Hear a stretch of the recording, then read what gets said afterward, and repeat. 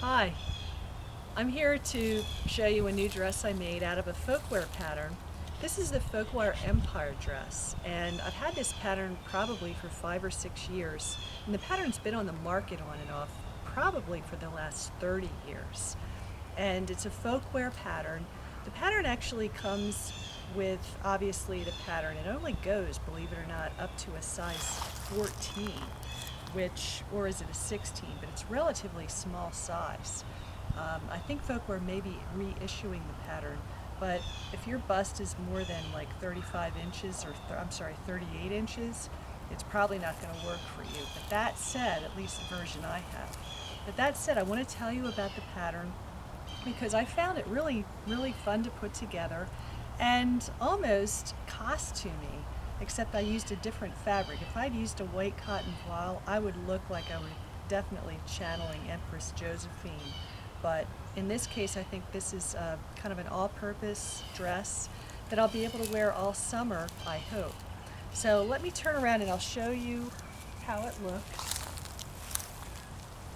I used a cotton from Metro Textiles in New York. I bought this about a year or two ago. This cotton is actually, I pre-washed it, and it actually has a really interesting feature in that there is raw fabric appliqued over it to create the flower pattern. Very easy to put together. It has, as you can see, an elastic channel under the bust line.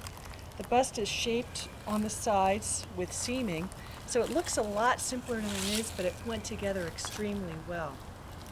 The pattern has two ways of making the dress. The instructions are really good. It talks about the authentic way and the modern way, or I guess the elastic way. The elastic way is the way I used. The authentic way in which you make this would be to insert strings, drawstrings, and then in the back it would actually tie in the back with an opening at center back.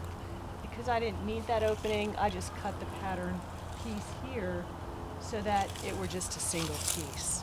On the arms, of course, I used elastic.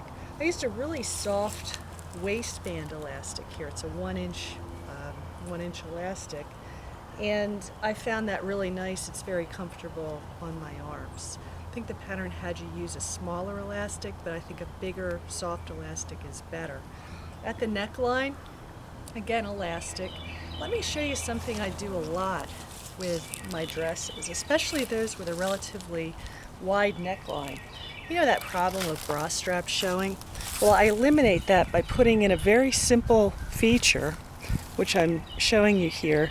You see the bra strap here and a piece of ribbon, and all you do is put a snap in and attach it at the seam line. That way, when you get dressed, you actually have a feature in that your bra won't hang out. The only problem is when you take the dress off, you have to remember that or you'll find yourself hung up. I do that practically every time. But it's worth it because in the wearing, I don't have to worry about the bra slipping out. So you see, I lengthened this for me because I am relatively tall, and it kind of has a nice drape to it. There is also the ability to add a train, which I didn't do. That would be kind of like for a wedding application. So my plan is I'm going to be wearing this practically all summer. Today is, I think, the first day of spring. Spring is coming here where we live on the east coast of the United States. And this is a great dress for this day. It's not that green around me yet. The leaves aren't out, but I think this dress is kind of leaning forward in the springtime way. So if you make this dress, I hope this has helped you, and it's always a pleasure talking to you. Thank you.